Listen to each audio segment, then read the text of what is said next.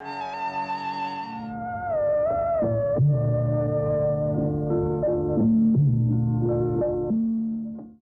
now invite the esteemed speaker, Shri Ajit Doval, National Security Advisor, to deliver the Sardar Patel Memorial Lecture 2018 on the topic Dream India 2030, Avoiding the Pitfalls. This is All India Radio Archives recording. Honorable Minister for Information and Broadcasting, Colonel Rajyavardhan Rathore, Shri Surya Prakash ji, Chairman of Prasar Bharati, Shri Amit Khare, Secretary, Ministry of Information and Broadcasting, Shri Rajiv Singh, Member of Finance, Prasar Bharati, Shri Ashok Tandon, Member Prasar Bharati, Shri Sehria, Director General of All India Radio, distinguished ladies and gentlemen, friends from the media, and other dignitaries present here. I really feel privileged and to some extent humbled to be asked to come and speak today here. It's named after a man of that great stature who has contributed so much. And what all do we see of India today, there is a large proportion of it we owe to his great contribution. This lecture, which was started way back, and the first speaker was Shri Rajgopalachari, it's really very humbling for me to be asked to come and speak on this occasion. I am grateful to Prasar Bharati for giving me this opportunity. There is no doubt, and there is plenty that has been said and talked about Sardar Patel, about his great contribution, about his unifying the country. But on top of it, he was a great visionary. He was a visionary who in his time could think beyond his time that what all could go wrong if he does not take those steps which he did. Probably within his own lifetime it would not have mattered if India's sovereignty was not established throughout its length and breadth, but beyond his time they might have been a source of a great national This is All degradation. India Radio Archives He brought recording. this country together. When we envision the future, actually there are two components involved in that. The dream of the future. One is that you look into the time span ahead of you, based on an empirical knowledge or experience of the past. You think not only about your generation, but the generations that are going to succeed. And then you also have a direction to that vision. Without a direction, probably a vision doesn't mean anything. So in the nation building, the function of vision is very important. It is just like the role of a radar in any missile or in any super aircraft that we use today. And this visionary or this vision is not something which stops with a man or which stops with a generation. It has got to be a continuing thing. A nation which aspires to be great, we want everyone there to have a vision. And that makes the larger national vision. I do not know how many of you would be able to recall what China looked like in late 70s. It was much backward than India. It hardly had any defense industries. It had a very low technological base. We had a setback in 62, but that notwithstanding, India was much ahead of it. But then there was a man, Deng Xiaoping, who came out with a vision. And a vision up to 2050. And in that vision, he said that, how China has to emerge as a major power of the world. What all it should do, that by 2010, it is able to become the major economy of the world. What it should do, that is able to become the industrial power by the end of last century. How is it able to become a major military power by 2020? Why it should avoid major military conflicts up to 2050. It has to become the world global leader. Now that was the vision which changed China. Today, the world is excited about India. You see the statements of the leaders, the academia, the strategic thinkers, international institutions, global media. It's all full of the possibilities and promise of India. India is at the threshold of a great journey ahead. Probably the excitement is not only because They wish India very well, but because in the rise of India also lies the vested interest of the world at large. India as a pluralistic, free democracy, its rise means many things to the world. The question, another question which is very important is, unlike when the China's rise came through, the question was always asked and is still asked, will China's rise be peaceful? Nobody is asking this question about India. One question is, of course, asked at times, will India make it or still lose the opportunity? Because they thought that such turning points came in India's long journey many times over, when it missed the opportunity. It couldn't make what it had the potential of making. And why do they think that India this time can make it? Why this entire mood of euphoria? Why the world is so much upbeat? Of course, one of our biggest strengths is our stable, democratic, constitutional polity. Our open, pluralistic society governed by the rule of law. But what has added more to that is our emerging as the fastest growing major economy. Our demography, our youth bulge, India is going to remain the youngest nation of the world till 2065. So we've got a long time when the world will be having its major workforce and the youth power coming from this country. But the most important thing has been the dynamic leadership that Indian polity has been able to throw up. A government which had come with an absolute majority and has been able to change the course of its growth and development. The world view that by 2030, India will be the third largest economy is not disputed anymore. That it will be an economy 11 trillion plus. It will be the third power after US and China.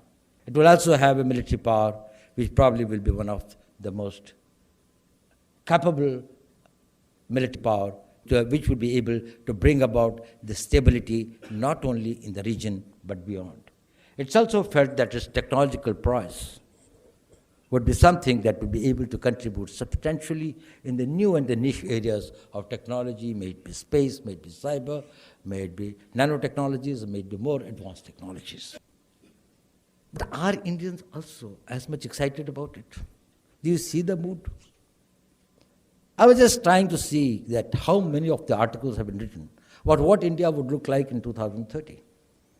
And I found that most of it is from the foreign origin. Some of them have copied, cut and paste here, doing a very poor job of it, but no original thinking has taken place in India.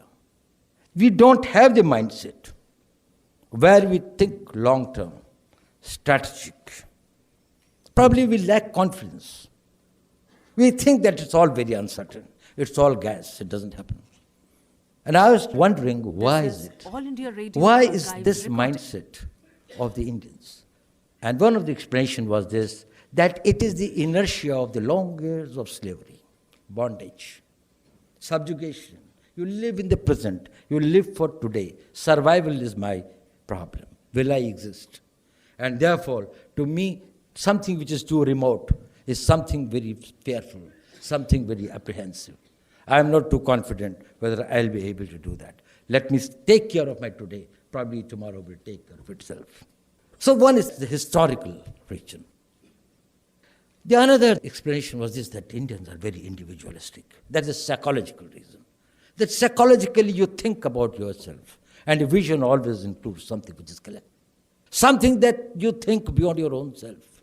You think about your neighbor, you think about your street, you think about your country, you think about your community, you think about the society.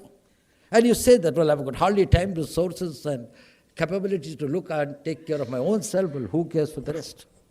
So, an individualistic mindset, where even if you want to get moksha, you want to go to in seclude and become a hermitage and go to the Himalayas, you would like to get the sublimation all by your own self.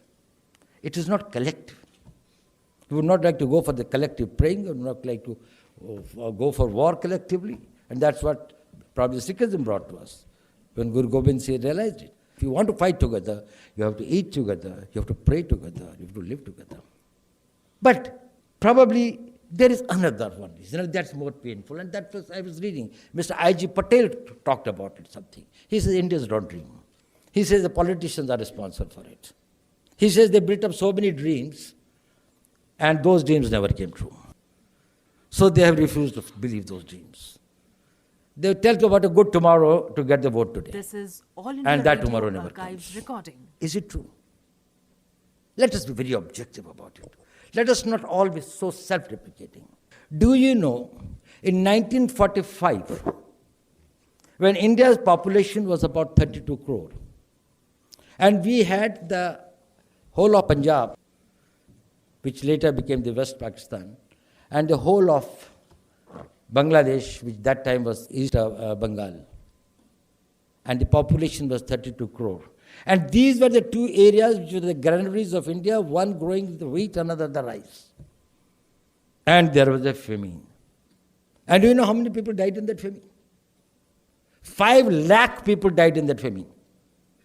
I wonder how many people in this room know it. Nobody talked about it. 5 lakh. They could not be dug nor could be burnt. The Indian army was caught by the Britishers to dig the trenches and put the bodies in that. Probably the sad chapter of history is even forgotten even by the countrymen. Today we are 130 crore people. There is no more of that Punjab left, no more of that Bengal left. Today, not that every Indian has got plenty of food, we have got plenty to export, we find that our additional production creates the glut in the market. The land has squeezed. You think the Indians have done nothing? Don't you think that we can be proud of it? Probably in last 70 years, we have progressed the way more than what most of the countries would have done for centuries. We are in cyber, we are in space, we are in technology, we have got the best institutions, and we have got the best human resource capital that we have built. So let us not be self-deprecating, and just because some of your dreams don't come true, don't stop dreaming. And I, as a security man, consider it extremely important. Because when your dreams start coming true, or when you stop All dreaming, India Radio Archives your recording. will gets eroded. And when the nation's will gets eroded, it can never become a power. No army can fight whose will has been destroyed. Wars are fought not to kill. People are not the killers. Wars are fought to kill the will of the nation against whom we are fighting, so that it can accept to the peace terms which are acceptable to us. We destroy the will of the nation, will of the people, will of that nation.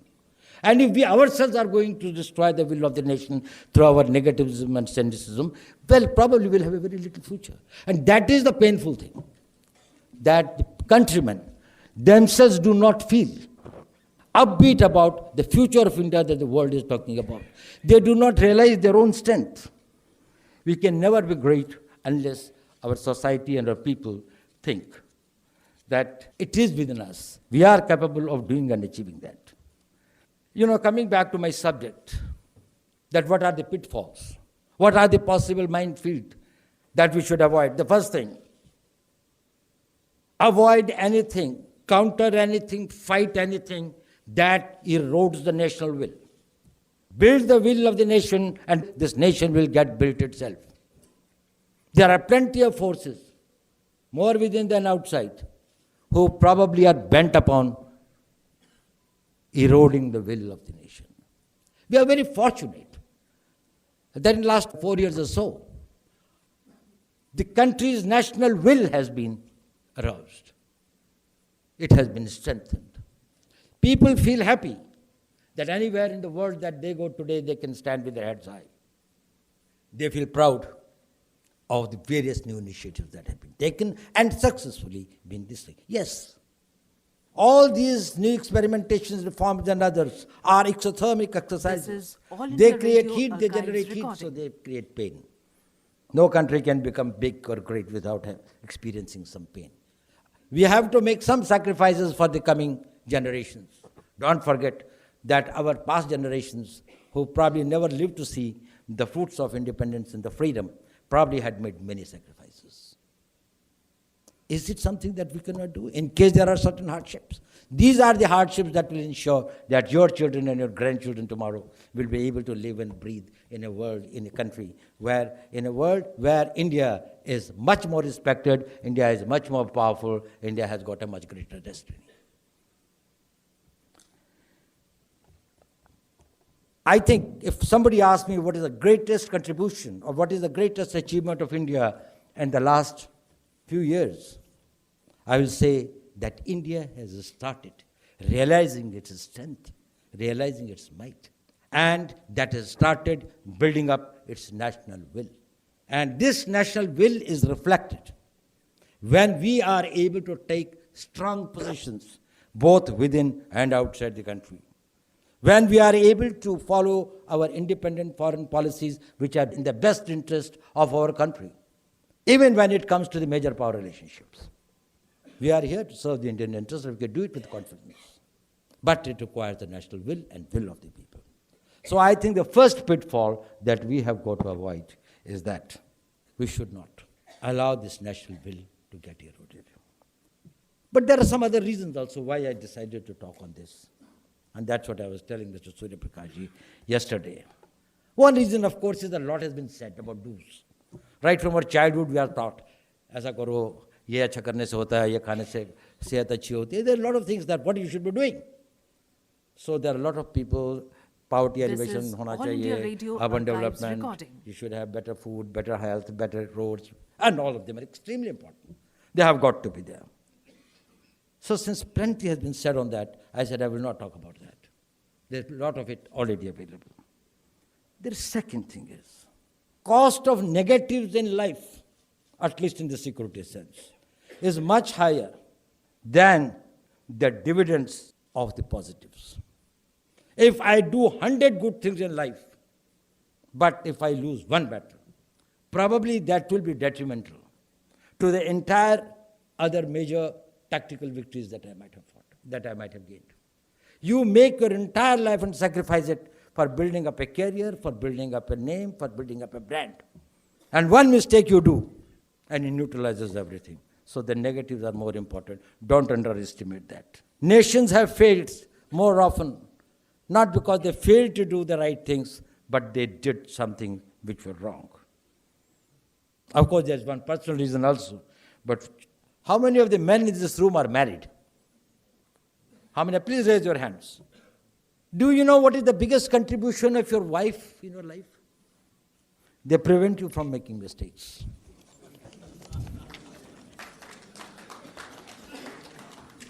They tell you what not to do. Probably you may be a foolhardy, you would like to take greater risks, you like to go for great adventures than others. They work as a brake. Not that they completely stop the vehicle, but they slow it down and keep it below the danger mark. So that is why, just think, had Hitler not moved into Russia, he had won the Second World War. He did one mistake. He did everything, what I mean is that from his point of view, he did everything right in completely trumpeting over the entire Europe. This is one mistake All India and he did. Radio Archives If recording. Mussolini had not invaded Greece, if Japan had not bombed Pearl Harbor, if the Soviets had not moved into Afghanistan, if Nehru had not neglected the advice of Sardar Patel on Kashmir, and if after the 1970 elections,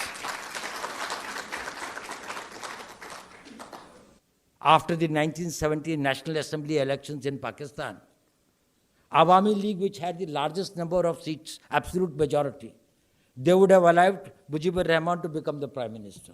There would have been no Bangladesh. One mistake. So avoid the mistakes. But these mistakes are both generic and some are specific, contextual. I am talking today in the context of India. And in the context of India, it has got to factor in India's own weaknesses, India's own strengths, India's own risks, India's own opportunities. In this context where we can go wrong. This is not something which is for absolute for all times to come. This is for how I see next 10 years. For next 10 years, avoid these mistakes. Not that after that, there is no need for being careful about the mistakes. There will be, but there will be new one. There will be a new context. It will be the new India. And people or the thinkers or the analysts or the strategists of that period will have to think again about that, about their time. That in the new context, what are the things that we should be avoiding and what we should be doing.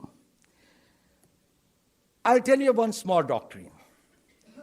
This is basically a security doctrine, but it also is a common day doctrine. Your biggest strength is your biggest vulnerability. The minimum number of deaths due to drowning is in Rajasthan. And not the people of Rajasthan are great swimmers. This is All but they India don't Radio dive. Archives recording. And the highest number is in Kerala or in the coastal areas where they are born swimmers. They start swimming in the seas right from the age of 3 or 4.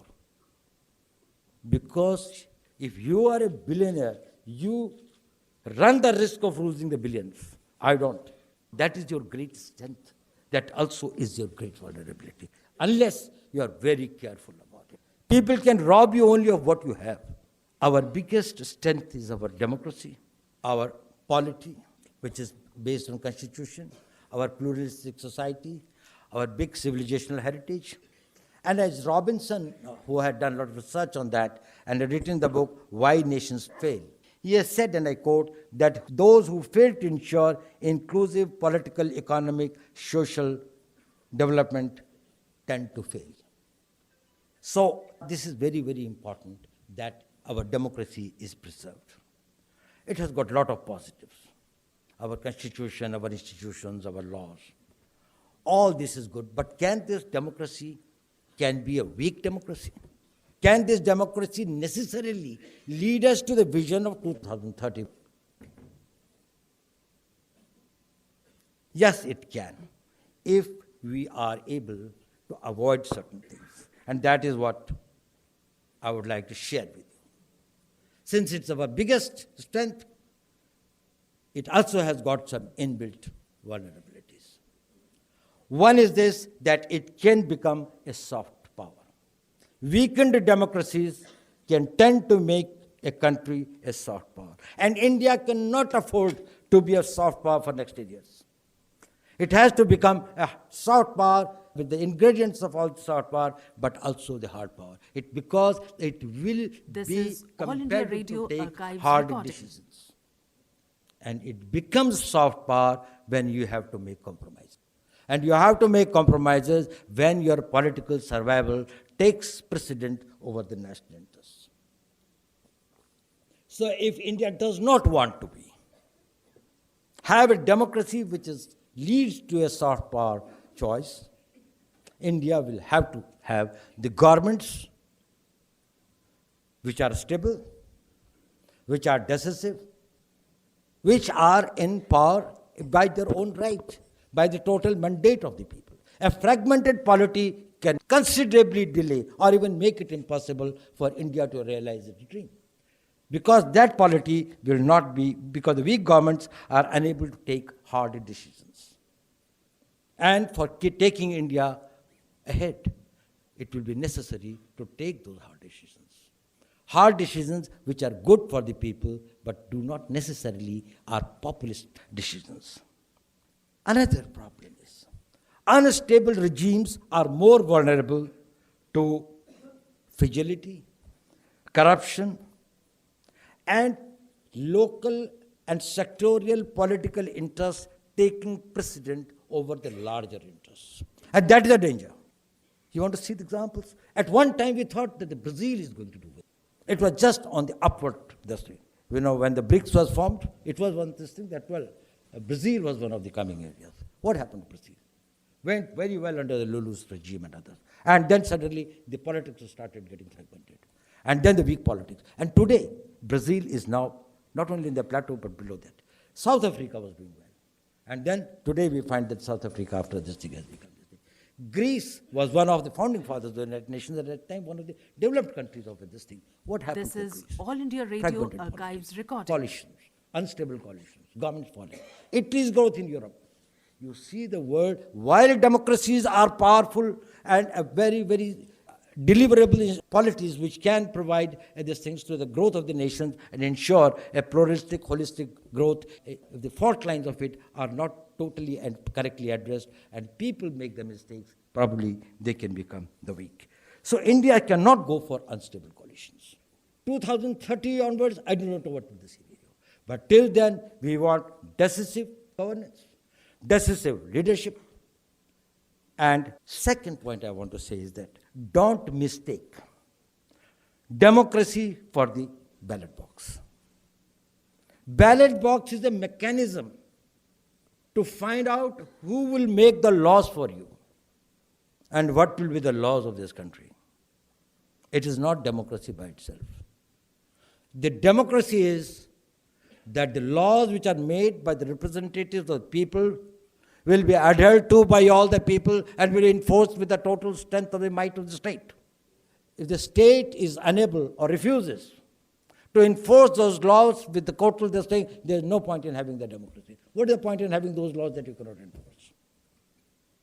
What has happened is we think that probably the democracy is over as long as we, either in the executive or in the lawmaking, we have got the people's representatives.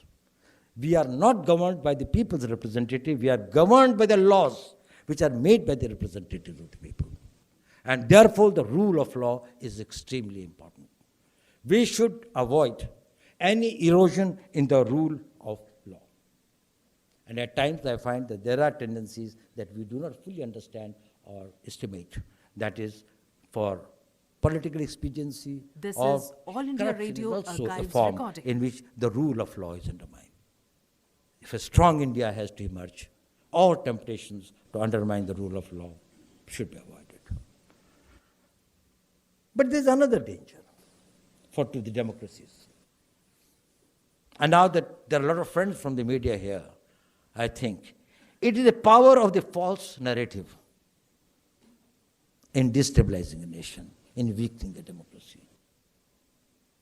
After all, in democracy, the people make choices. How do they make their choices? They make their choices on the basis of the information that they have got, the data they have got. If I make the choice, there are 4 things to eat.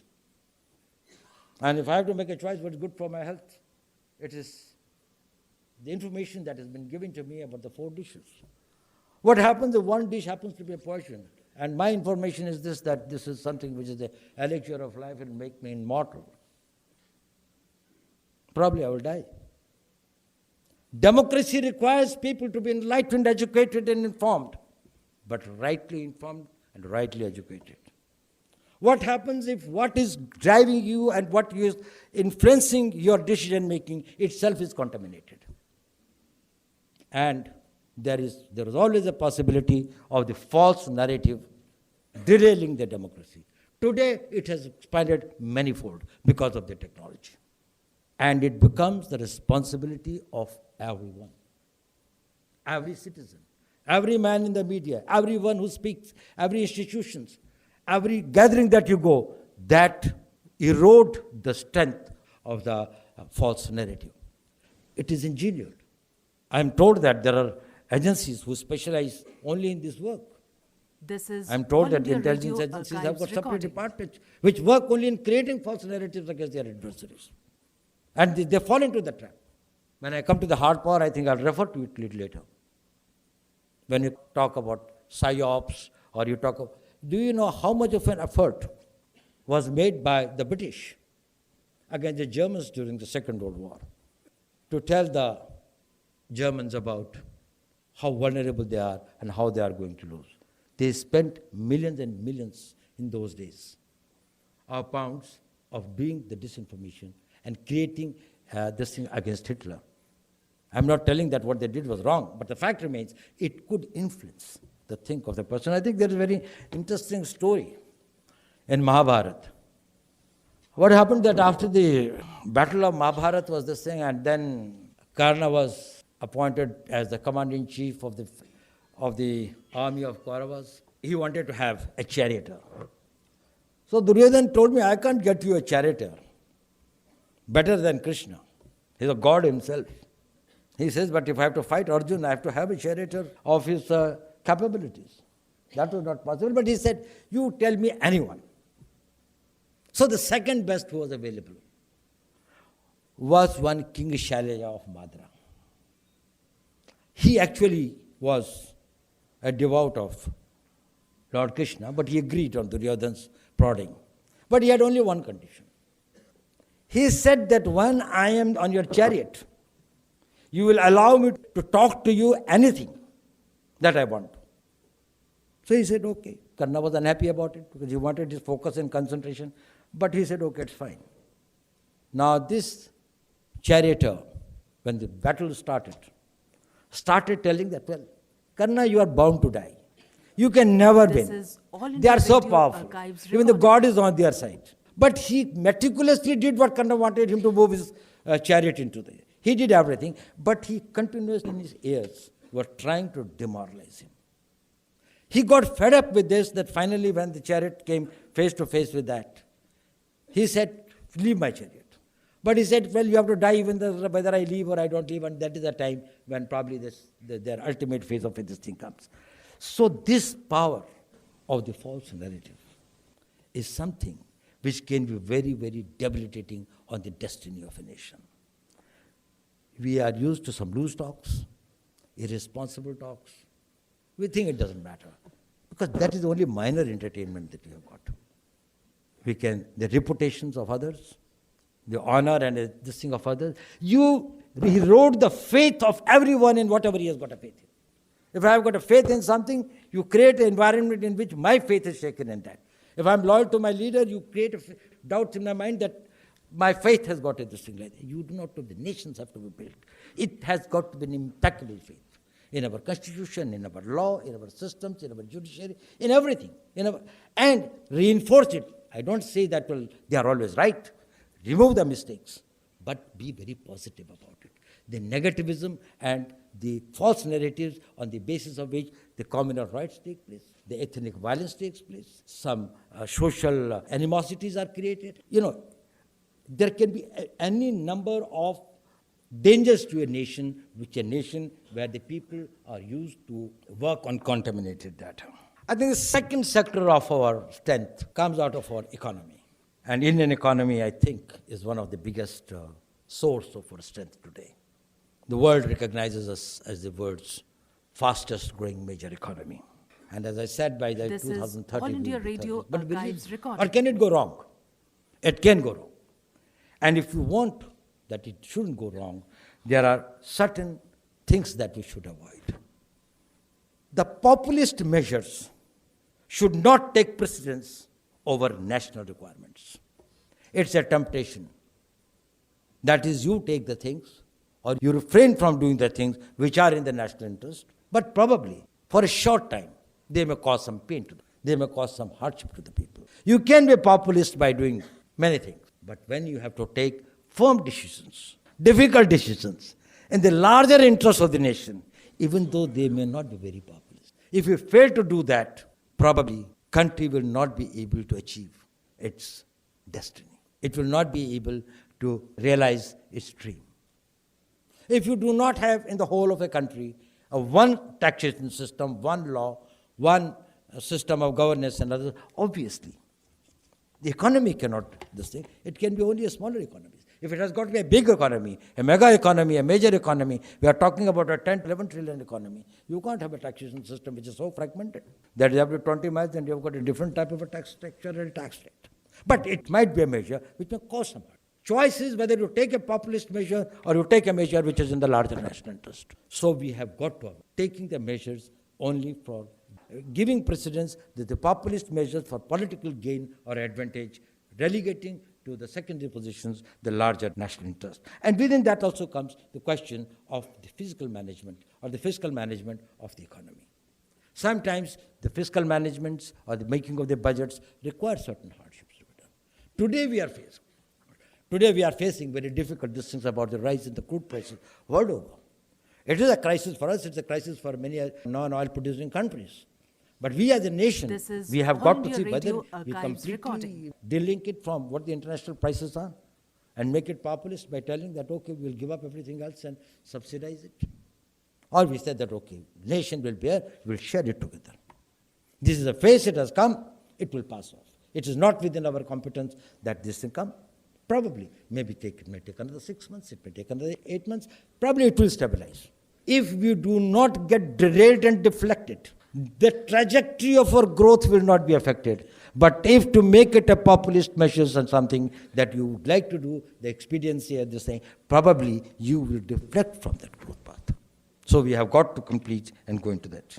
Another is, and I think this I know that it may not be a very popular thing to say, every Indian trusts him as an Indian and a patriotic person, just because the monopoly of patriotism is not only of the people who are within the government.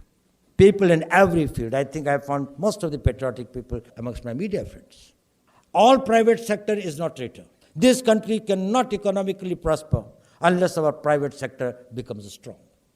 See, President Obama comes and talks to the parliament and talks about it, and he says that, well, I'm taking away the orders for my private sector of $10 billion. Now, we probably would be even afraid of this thing for promoting our private sector in the countries abroad. We should be doing it. And Indian corporate getting all over the world probably is something to our advantage.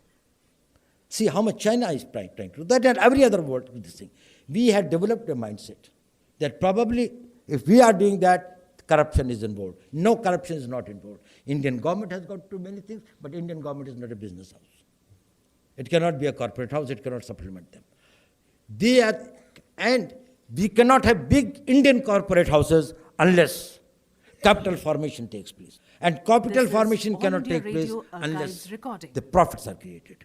And if the profits are not created, capital formation doesn't take place. If capital formation doesn't take place, investments do not take place. If investments do not take place, employment is not created. If employment is not created, the revenues are not created. If the revenues are not created, government cannot pay for the expenditure that it has got to do. After all, at the end of it, all the money that we are spending on our army, on our police, on our defense, on our railways, communications, space, they are very, very expensive things. Where is this money coming from?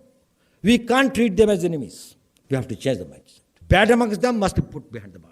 Hardest rules should be made about this thing, but suspecting everyone and creating an environment where they cannot grow, both within the country and outside India. Then India can rise up to a level. Beyond a level, if it has to rise, then India's business houses and corporate houses will have to grow. See, China is a communist country. And see how much of the Huawei or any of these Alibabas or others, how big corporates they become, and how much the Chinese government has supported them. And China's global domination today, economic domination today, is not because of the Chinese government companies. It is because these Chinese, which are almost the government companies. And that is what we would like, that our private sector companies are almost the Indian government companies. They pursue and perform and promote the Indian strategic interest to that extent that probably we have got the basis over there. And that is what global corporates are doing.